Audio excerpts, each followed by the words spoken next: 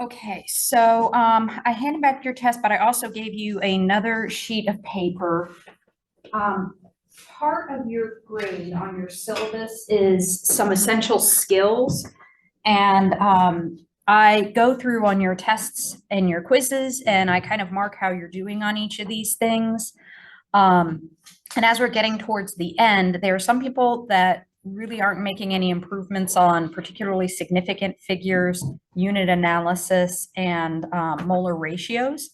So what I'm going to do, since we don't have a lot of course content for the exam, the essential skills that are listed on here with the asterisk, so there's some that don't have the asterisk, but the one that have the asterisk, I'm going to have about 1/4 of your exam is going to be specifically on those. So the vocabulary part is just going to be vocabulary from chapter 6. So that's, you would be studying that anyway.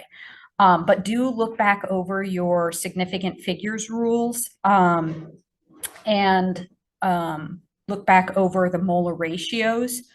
So this is where, when we have a chemical reaction, depending on what the coefficients of the chemicals are, we might have to change our number of moles. And so I will point that out as we go over the test. And then for each of those, I give you a rating on the bottom from 4 to 0. And so what I'd like to do is have everybody at the 3 level.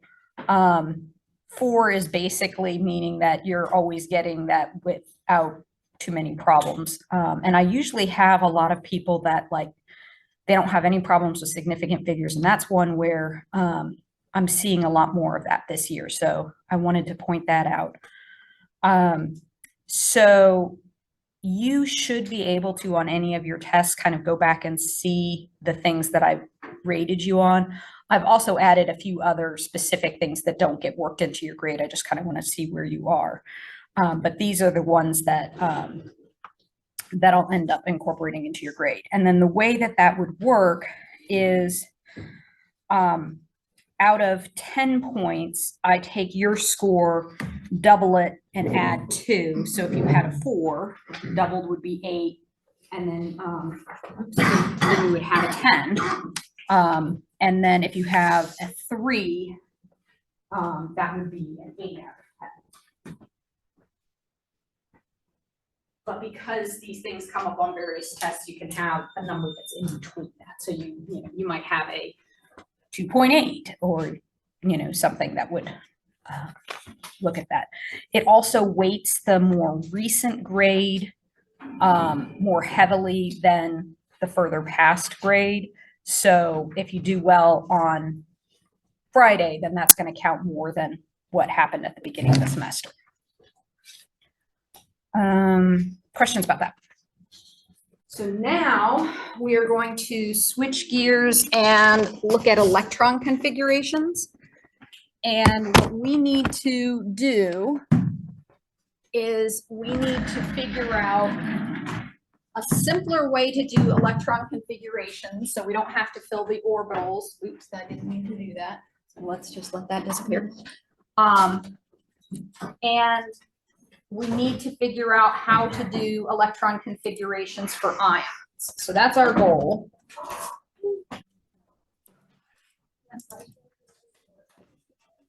Oh, I do want to remind you, your quiz is open now. I've had one person already do it. What you are going to do on the quiz on Canvas is you are going to do something that says quiz 6 so that you'll know to go to it. But it's really just a short little assignment that says, I know I'm allowed to use this. I know I'm not allowed to use this, and then signing the honor pledge. And then that will give you the access code to do the quiz itself. So you have a half an hour for the quiz. So maybe make sure that you have a good 35 minutes so that you have time to do that short little assignment. Will only take you 1 minute, but make sure that you have it. You also can always get points if you show me your work. So make sure that you are writing your work on a piece of paper. I think there's only one problem, but if there's more, then you can put them all on the same sheet of paper. And you can scan that and upload it, or if it's inconvenient to do it that way, you can scan it and then email it to me. Either way works fine. All right. Where are we? We're here. We, on Monday, we're looking at electron configurations. And we said that basically we're going to make a list of all of the orbitals that have electrons. And so we're going to describe the orbitals by the energy level, which is that principal quantum number n, and then by the L, which is going to be S or P or D, and then how many electrons are in there. So for hydrogen, there's only one electron, and so it's in the lowest available orbital, so it's 1s1. And for helium, we have 2 electrons there, it was 1s2. And then we went on to lithium, and we said, since we can't put more than 2 electrons in the same orbital, now we're filling a new orbital. So our electron configuration is 1s2, 2s1. So I want to talk a little bit about some of the additional rules for filling up this diagram, because you might look at this and say, well, why did I go to the 2s instead of the 2p? Could it be in the 2p? And that would technically be an excited state. So we wanted to do the ground states. So let's look at that a little bit. We did talk about the arrows going in opposite directions. So I want to make sure you know the name of this rule, the Pauli exclusion principle. So basically this says that atoms have to have different spins. So the rule is, for a given atom, no 2 electrons can have the exact same quantum numbers. And if I look at the electrons in the 1s orbital, they both have n equal to 1, L equal to S, and M sub L equal to 0. So we have to have a new quantum number so that they'll have at least one of those quantum numbers being different. So this is mathematically a way of saying that 2 electrons can't be in the same place at the same time. We have to be able to distinguish those 2 electrons.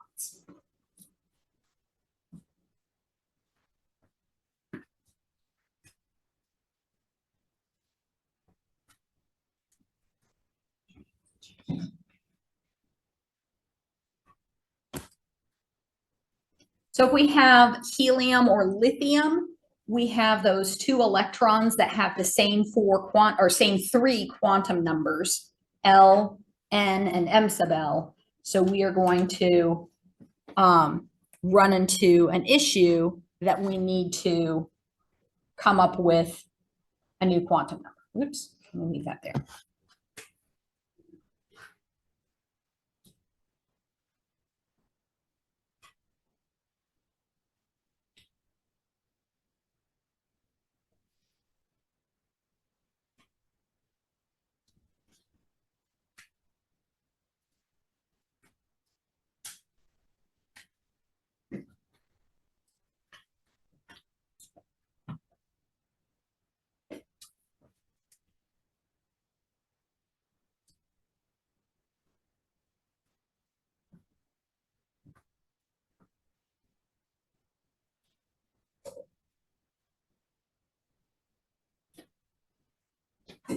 So where our quantum number comes from is the spin. And so we said we were using arrows to indicate the spin.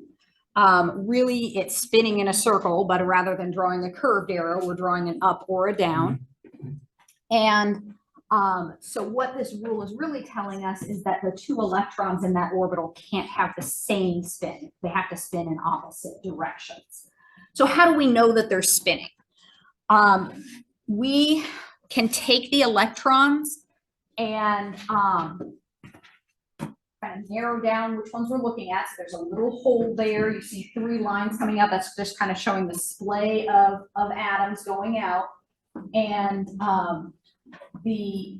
some of them are just stopped by the shield, and then only the ones that are going super straight get to go through that little hole. Once it goes through the hole, it passes through a magnet. And remember that electricity and magnetism, they're Siamese twins. So since we've got a moving electron, we've got some magnetism going on there. So as it spins, it's either going to create an attraction to the North Pole or an attraction to the South Pole. And so depending on which way it subtracts, say that it either has a spin of -1/2 or +1/2. Those numbers don't really mean anything. Mathematically, they have to add up to 1, or they have to have a difference of 1, but that's like for physicists to worry about. We just need to know that the number we can put with the spin can either be +1/2 or -1/2. Those are the only possibilities. So our new quantum number, m sub s. So we had an m sub l, this is m sub s. And it can either be +1/2 or -1/2. And so that refers to either spin up or spin down. And when we're drawing the diagrams, we usually use arrows of up or down. Then for the other thing that I said, why are we filling S instead of P? For hydrogen, all of the energy level, all of the orbitals at the same energy level actually have the same energy. So we have the 1 line and then 3 lines, that's the S and then the 3 Ps.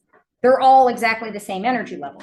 So the difference between the electron, between the electron going from the 2s to the 3d, or the 2s to the 3p, or the 2s to the 3s, all of those are the same energy.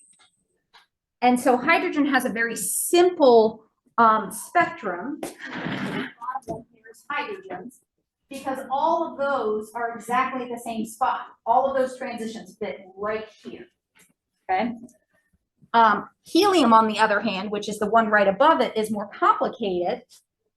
And we'll go in next semester about why all of this happens. But the orbitals are going to shift down in energy as there's more protons. They're attracted to the nucleus. But the s orbitals shift the most, and the d orbitals shift the least. So if we watch where these orbitals go for helium, they're still very close in energy.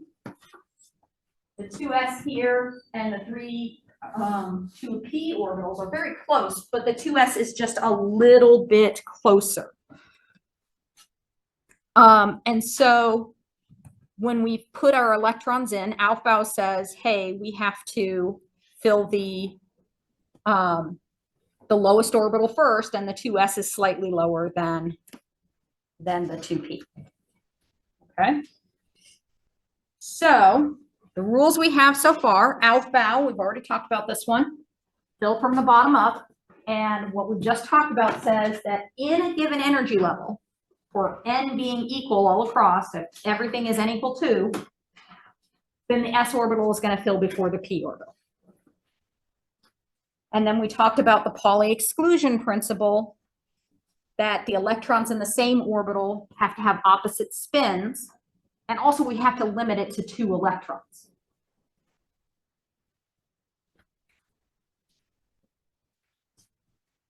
So once we get to carbon, now we have 2 electrons going into p orbitals, and we have another problem about where to put the electrons.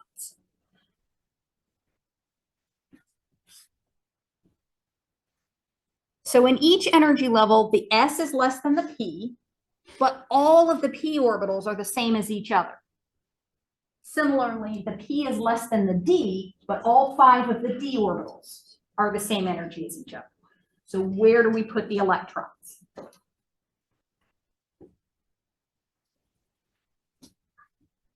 So that's going to lead us to Hund's rule.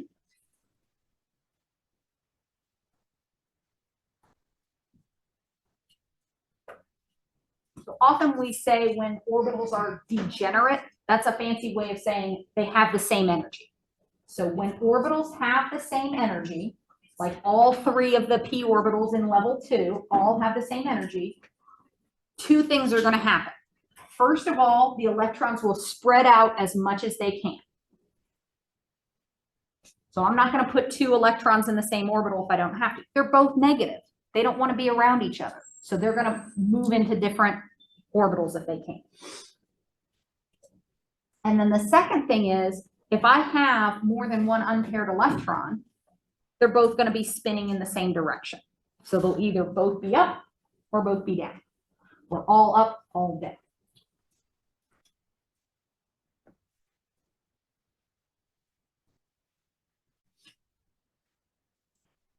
So the next thing we're going to do is look at the orbital filling for oxygen.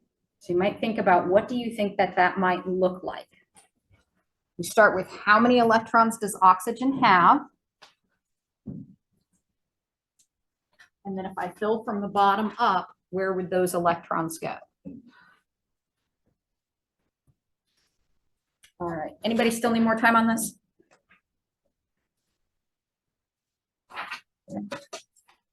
All right. So oxygen has 8 electrons. So we put 2 in this bottom one, and we put 2 in the S, and then we put the other 4 here. And so the Hund's rule says I'm going to spread the first 3 out, and they're all going to be pointing in the same direction. Usually we do up first, but it doesn't have to be down first. And then the last one, it has to pair with one of them, and so it does. So I don't know why I decided to animate this, but there's it moving down to the lower one. So that's what oxygen looks like. What would be the electron configuration for oxygen? So we start with the 1s orbital, and we would say 1s, 2, and then 2s, 2, and then 3p, or sorry, 2p, 4. Okay, so we count all of the p electrons together. We don't worry about the separate orbitals. Okay, so 1s2, 2s2, 2p4. Okay. The electrons have ones that react with the environment. They are called valence electrons, and then they have core electrons. They're on the inside. So we need to distinguish those. Our core electrons for oxygen are in that first energy level. And then the last energy level that's filled is the second energy level. So core electrons are not reactive. And sometimes we will use a noble gas symbol for those. So 1s2 is the configuration of helium. So instead of saying 1s2, we might just say helium. Not very helpful for the second row because you're not really saving a lot of writing. But if you're trying to do the configuration for lead, then it saves you writing a whole bunch of things there. Then we always show the outermost layer. That's the valence electrons. These are the ones that can be shared in bonding, or they can be given up if it is ionized, or we can add to that layer if we are becoming a negative ion.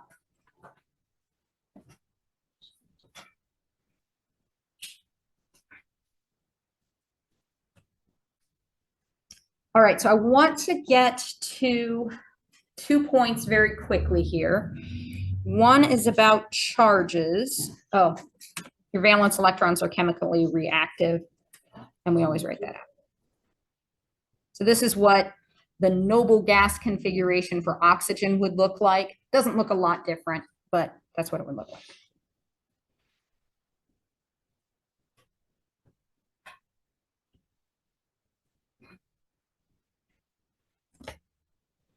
Okay, so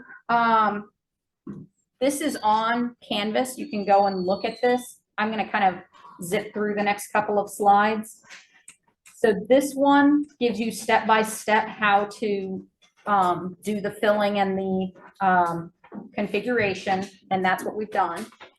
There's an example of carbon. Electron configurations for ions. Cations have fewer electrons. So if I'm looking at sodium has 11 electrons. The cations are going to have 1 fewer. So I take Z, the number of electrons, and I subtract the charge. So for sodium, it would be 10 electrons. So when I'm filling the diagram, I only fill to 10. If I am doing a anion, then I'm going to add the absolute value of the charge. So I'm not going to add a negative number. I'm going to add a positive number. So for example, oxygen, it is element 8. So Z is 8, and the charge is usually -2. So I'm going to take 8 plus 2. And again, I'll have 10 electrons. Okay. What do you notice about these configurations? They are the same. So very often, atoms will have the noble gas configuration. This is the same configuration for neon. Okay. These two are what we call isoelectronic, and they often have a noble gas configuration. Okay, the last thing that I wanted to talk to you about was this thing that should have been passed back. If not, please pass these back. This shows you how to do the filling so you can remember the order. So you start at the top and it hits the 1s, and then just follow that green line. You do 2s, and then 2p, and then 3s, and then 3p. And then it gets a little bit weird. We'll talk on Monday about why there's that weirdness there. We'll cover that on Monday. That won't be on the test on Friday. But this can be a helpful way to know how you're doing your electron configurations by following that group. All right. Questions? Okay, please feel free to email me today if you have questions about the quiz. There are practices. I recommend you look at those before you do the quiz so you make sure that you are ready.